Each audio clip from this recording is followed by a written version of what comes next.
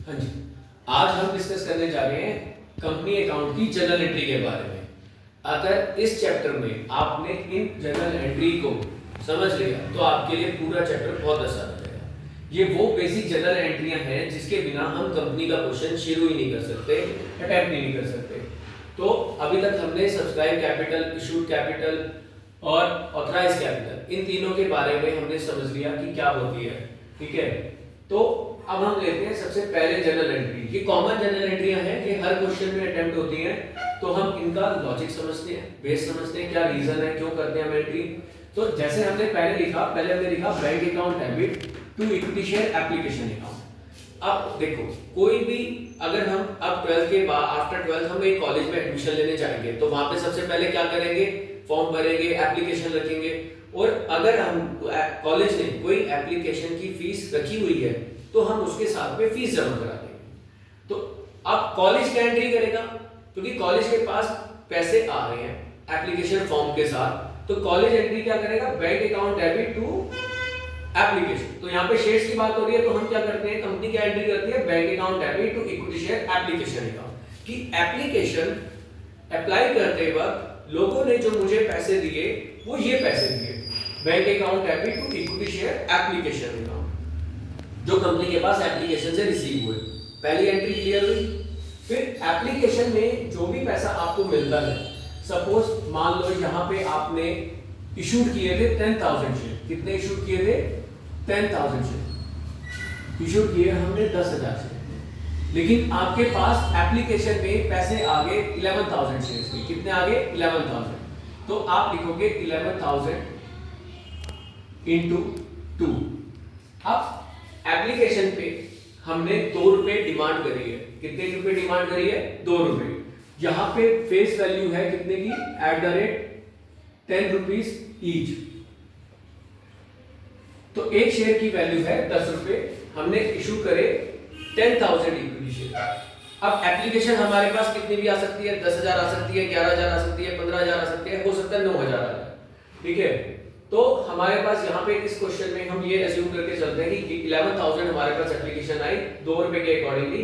तो मेरे पास bank account debit to equity share application में कितने पैसे आ जाएंगे, 11,000 इंटू 2 22,000 और एप्लीकेशन में 22,000। ठीक है, कि जो भी पैसे आए सबसे पहले रिसीव कर, जितने भी पैसे आपके पास आ रहे हैं बैंक में आ रहे हैं वो हमने एंट्री कर दी।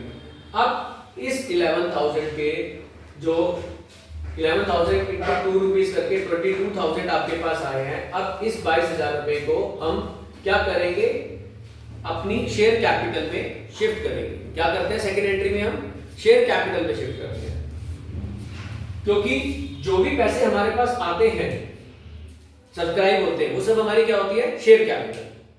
तो अब यहाँ पे जो एप्लीकेशन में पैसे आए हैं 2 रुपए, तो मैं क्या करूंगा, equity share application account debit 22,000 रुपए और इक्विटी शेयर कैपिटल, ये बड़ा इंपॉर्टेंट वर्ड है, ये ध्यान रखना। अब 10,000 इंटू 2 आपने शेयर्स इशू करे हैं 10,000 और एक शेयर की वैल्यू रखी है 2 रुपए, तो 20,000 रुपए से ज्यादा का अमाउंट आपका शेयर कैपिटल में नहीं जा सकता, ये ध्यान रखना, क्योंकि आप इससे ज्यादा अमाउंट रखने के लिए एलिजिबल ही नहीं हो, क्योंकि आपने 10,000 इक्विटी शेयर इशू करे और एप्लीकेशन की वैल्यू आपने रखी है 2 रुपए। तो शेयर कैपिटल में हमेशा 10,000 इक्विटी शेयर 2 रुपए जो वैल्यू है 20,000। अब यहां पे शेयर होते हैं अगर 1 लाख और उस 1 लाख की वैल्यू होती 5 रुपए, तो 1 लाख इंटू 5 लाख रुपीज, उतना ही अमाउंट शेयर कैपिटल में जा सकता था, इससे ज्यादा नहीं जा सकता। बाकी का जो रिमेनिंग अमाउंट है, अब मेरे पास एक्सेस मनी आ गई तो मैं क्या करूंगा, कितनी एक्सेस मनी है, 1000 इंटू 2 यानी कि 2,000 रुपए, ये वापस कर दूंगा। ये क्या कर दूंगा, वापस कर दूंगा पब्लिक को, क्योंकि हम पहली चीज हम जितने के लिए ऑथराइज है उससे ज्यादा पैसा पब्लिक से नहीं डिमांड कर सकते। ठीक है, और अब हमने डिमांड जितनी भी करी है, चाहे उतनी या उससे कम, जितनी हमने डिमांड करी है उससे ज्यादा अगर फंड आ जाता है तो वो फंड मैं अपने पास नहीं रख सकता, वो मुझे वापस करना होगा। किसको, पब्लिक, जिसने मुझे पैसे दिए हैं। ठीक है, तो पहली दो एंट्रियां क्लियर हुई, bank account debit to equity share application account, फिर equity share application account debit to equity share capital account और टू बैंक अकाउंट। अब कॉलेज क्या करता है, जो आपने एप्लीकेशन जिनके पास उनके पास जितनी भी एप्लीकेशन आई, कॉलेज क्या करेगा, आपको सीट्स अलॉट करेगा, आपको बोलेगा कि इतने बच्चों की एक लिस्ट लगा देगा कि 50 बच्चों को हमने सीट अलॉट करी है और बाकी की लिस्ट वेटिंग में रखता है कि भाई अगर इन्होंने अलॉटमेंट नहीं ली तो हम इन बच्चों को प्रेफरेंस दे सकते हैं, सेकंड वेटिंग में उनकी वेटिंग लिस्ट में डाल देता है, क्योंकि सारे बच्चे एडमिशन नहीं लेते, हो सकता है 50 में से 40 ले, 10 ना ले, उनको कोई और कॉलेज पसंद में आ जाए। तो वहां पे क्या करता है, अगर कॉलेज अलॉटमेंट के साथ भी फीस रखता है तो पहले कॉलेज क्या करेगा कि वो कैलकुलेशन निकालेगा कि कितने पैसे मुझे डिमांड करने हैं। तो यहाँ पे कंपनी भी क्या करती है, कंपनी करती है कि सबसे पहले equity share allotment account debit to equity share capital account. तो कंपनी भी बताती है कि भाई अलॉटमेंट पे मुझे इतने पैसे चाहिए, ठीक है। तो यहाँ पे कितने जाएंगे, अब अलॉटमेंट भी यहाँ पे मान लीजिए 3 रुपए की है, तो 10,000 इंटू 3, तो शेयर कैपिटल में 10,000 इंटू 3 का अमाउंट जाएगा 30,000 और शेयर अलॉटमेंट अकाउंट डेबिट में कितना आएगा 30,000। ये वाली एंट्री अभी हम लास्ट में डिस्कस करेंगे, ये अभी हम डिस्कस नहीं कर रहे, हम नॉर्मल एक एंट्री समझ रहे हैं। Equity share allotment account debit 30,000 to equity share capital account. ध्यान देना मैंने ये वर्डिंग कहां लिखी है, मैंने शेयर इक्विटी शेयर कैपिटल के सामने लिखी है 10,000 इंटू 3, मैंने इक्विटी शेयर अलॉटमेंट डेबिट के आगे नहीं लिखी है, क्योंकि मुझे ये पता होना चाहिए क्वेश्चन में कि इक्विटी शेयर कैपिटल अकाउंट में कितना अमाउंट जाएगा, क्योंकि वो अमाउंट फिक्स है, उससे ज्यादा तो जा ही नहीं सकता, तो पहले उसको अमाउंट को अलग कर लो, तो यानी कि आपका क्वेश्चन करना आपके लिए इजी हो जाएगा। तो इक्विटी शेयर कैपिटल अकाउंट किया, फिर हमने डेबिट क्या किया, equity share allotment account debit. अब ये वो अमाउंट है जो मैंने डिमांड करी है कि भाई मुझे 30,000 रुपीज चाहिए, डिमांड किसने करी है, कंपनी ने करी है, एंट्री कौन कर रहा है, कंपनी कर रही है। फिर पब्लिक पैसा देगी, पब्लिक जो मुझे पैसे देगी बैंक अकाउंट में आ जाएंगे, तो हम एंट्री कर देंगे bank account debit to equity share allotment account, क्योंकि अब ये जो 30,000 रुपीज मेरे पास आए हैं वो अलॉटमेंट के आए। पहले जो बैंक में पैसे आए थे एप्लीकेशन के आए थे, एप्लीकेशन के वक्त पहले पैसे बैंक में आते हैं, पैसे आते रहते, तभी तो हमें पता चलता है कितनी एप्लीकेशन आई है। लेकिन अलॉटमेंट के बाद पहले मैं डिमांड करता हूं कि इतने इक्विटी शेयर्स को आम शेयर अलॉट कर रहे हैं और ये अलॉटमेंट के पैसे जमा करा दें, क्योंकि जब वो अलॉटमेंट के पैसे जमा करा देंगे तो हम उन्हें शेयर्स भेज देते हैं कि भैया ये शेयर्स आपको अलॉट हो गए। अब यहाँ पे आपके पास बैंक, अब आपके पास मान लो रेंट के पैसे आते हैं, तो आप क्या एंट्री करते थे 11 में, bank account debit to rent. Interest के पैसे आते थे तो हम करते थे bank account debit to interest. Commission के पैसे आते थे तो हम करते थे bank account debit to commission. तो यहाँ अलॉटमेंट के पैसे आए हैं तो हम क्या करेंगे, bank account debit to equity share allotment account. Equity share लगाना साथ में जरूरी होता है, इक्विटी वर्ड लगाना, टू शेयर अलॉटमेंट नहीं लिखना, तो इक्विटी शेयर लिखना, ठीक है, क्योंकि दो ही तरह के शेयर होते हैं, एक इक्विटी एक प्रेफरेंस। तो आपके पास इक्विटी के पैसे आ गए अलॉटमेंट के 30,000। फिर आप फर्स्ट कॉल के पैसे डिमांड करोगे, क्या करोगे, डिमांड करोगे, तो एंट्री करोगे equity share first call account debit to equity share capital account. मतलब अब 3 2 5, अब इसकी वैल्यू में रखते हैं 3 रुपए, तो हम कहां लिखते हैं, शेयर कैपिटल के आगे लिखते हैं 10,000 इंटू 3, क्योंकि मैंने 3 रुपए डिमांड करे हैं, 10,000 इक्विटी शेयर मैंने इशू करे थे, मैं इससे आगे जा ही नहीं सकता। तो 10,000 इंटू 3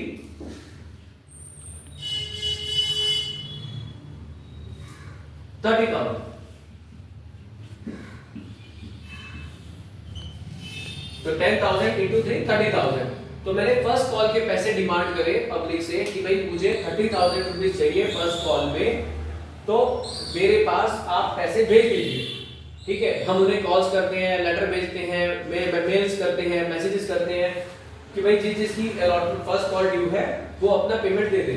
फिर लोग क्या करेंगे, पैसे जमा कराएंगे, किसके पास, कंपनी के पास। कंपनी के पास क्या आएगा, फंड आएगा, तो कंपनी क्या एंट्री करेगी, bank account debit 30,000 to equity share first call account, bank account debit to equity share first call account, company entry कर देगी कि मेरे पास पैसे आ गए, किसके, फर्स्ट कॉल के। अब हमने तीन यहाँ पे पहले एप्लीकेशन के पैसे हमने रिसीव करे, फिर उस पैसे को हमने कैपिटल में डाल दिया, एक्सेस मनी को हमने टू बैंक करके वापस कर दिया, फिर हमने अलॉटमेंट के पैसे ड्यू करे, अलॉटमेंट के पैसे ड्यू करे और फिर पेमेंट रिसीव करी पब्लिक से, फिर हमने फर्स्ट कॉल के पैसे ड्यू करे। फर्स्ट कॉल की क्या एंट्री हुई, equity share first call account debit to equity share capital account, फिर मैंने फर्स्ट कॉल के पैसे रिसीव कर लिए बैंक। अब सेकंड कॉल पे आ जाते हैं, सेकंड एंड फाइनल कॉल। अगर मैंने, क्योंकि 10 रुपए की वैल्यू है और मैं 10 रुपए की वैल्यू यहाँ पे सेकंड कॉल में फिनिश कर रहा हूँ, तो यानी कि 2 रुपए यहाँ, 3 रुपए यहाँ, 5 रुपए और 3 रुपए यहाँ, 8 रुपए, यानी कि अब फाइनल कॉल बनेगी 2 रुपए की। अगर फाइनल कॉल का अमाउंट नहीं दिया तो भी कहता है कि balance amount second and final call में हम डिमांड कर रहे हैं, तो हम देख लेते हैं कि फाइनल कॉल का अमाउंट कितना होगा। तो 2 रुपए की बात करते हैं हम यहाँ, तो यानी कि 10,000 इंटू 2। ध्यान देना, मैं फिर कह रहा हूँ इक्विटी शेयर कैपिटल के आगे आप ये अमाउंट लिखते चलेंगे कि कितने इक्विटी शेयर है और कितने रुपए की वैल्यू है, ताकि आपको ये ध्यान रहे कि इक्विटी शेयर कैपिटल में कितना अमाउंट आएगा। क्योंकि जब आगे आप बड़े क्वेश्चंस करेंगे, अगर आपको ये वाला फिगर ध्यान दिया होगा तो आप क्वेश्चंस में फिर अटकेंगे, फिर डाउट्स आएंगे। अभी छोटे क्वेश्चन है, ये आदत हैबिट बनाते चलो कि equity share second and final call account debit to equity share capital account कितना हो गया, 20,000, 20,000। ठीक है, अब आपने second and final call demand करी है, ठीक है, कि भाई हमें सेकंड एंड फाइनल कॉल के पैसे चाहिए, हमने अपनी लायबिलिटी बुक कर दी है शेयर कैपिटल, ठीक है। अब फिर पैसे आए, लेकिन इस बार क्या हुआ, 10,000 में से कुछ शेयर्स थे, 1,000 शेयर थे जिन्होंने मुझे पेमेंट नहीं करी, तो इसको क्या बोलेंगे अभी देखते हैं।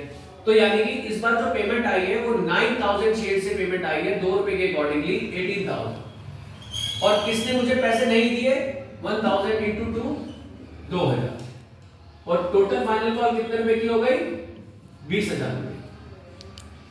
अब सीधी सी बात है कि भैया जो पेमेंट मेरे पास नहीं आई उसको मैं बोलता हूं कॉल इन एरियर अकाउंट, कि एरियर मतलब बकाया, कि अभी ये पेमेंट आनी रिमेनिंग पेंडिंग है, तो मैंने क्या कर दिया, कॉल इन एरियर अकाउंट। अब देखिए कॉल इन एरियर कहां पे आया, डेबिट में आया, ठीक है। तो bank account debit, call in arrear account debit to equity share second and final call. तो हमने ये समझा इस क्वेश्चन में, हमने एक जनरल क्वेश्चन डिजाइन किया, हमने इन बेसिक एंट्री को समझा। इस एंट्री के बिना आप कोई भी क्वेश्चन अटेम्प्ट नहीं कर पाओगे, इसलिए आपको पता होना चाहिए कि first entry bank account debit to equity share application account, फिर इक्विटी शेयर एप्लीकेशन अकाउंट का पैसा हम शेयर कैपिटल में शिफ्ट कर देते हैं, क्योंकि जो भी पैसे हमारे पास आ रहे हैं वो सब शेयर कैपिटल है, ठीक है। और जो एक्सेस मनी थी हमने रिफंड कर दी। फिर equity share allotment account debit to equity share capital account. अब यहाँ पे कंपनी कई बार क्या करती है, हमने ये वाली एंट्री अभी नहीं समझाई थी आपको पहले, अब हम समझाते हैं। हमने किया to security premium and reserve account, ठीक है। अब होता क्या है कि कंपनी क्या करती है, 10 रुपए की वैल्यू होती है, कंपनी को पता है, और कंपनी को पता है मेरी गुडविल बहुत अच्छी है, रिलायंस है, टाटा है, बिरला है, तो उनको पता है हमारी कंपनी की वैल्यू बहुत अच्छी है, गवर्नमेंट ने हमें ऑथराइज किया 10 रुपए के लिए, ठीक है। लेकिन मेरे को पता है मेरे शेयर्स हाथों हाथ बिक जाएंगे, तो मैं क्या करता हूँ, अपनी गुडविल के बेस पे प्रीमियम डिमांड कर लेता हूँ। क्या करता हूँ, प्रीमियम डिमांड कर लेता हूँ। तो प्रीमियम जो मैं करता हूँ डिमांड, वो मेरी बिजनेस के लिए क्या हो जाती है, एक इनकम हो जाती है, प्रॉफिट हो जाता है, तो मैं उसको रिजर्व में डाल देता हूँ। उसको पैसे को मैं कहाँ रखता हूँ, रिजर्व में, security premium and reserve, emergency use के लिए।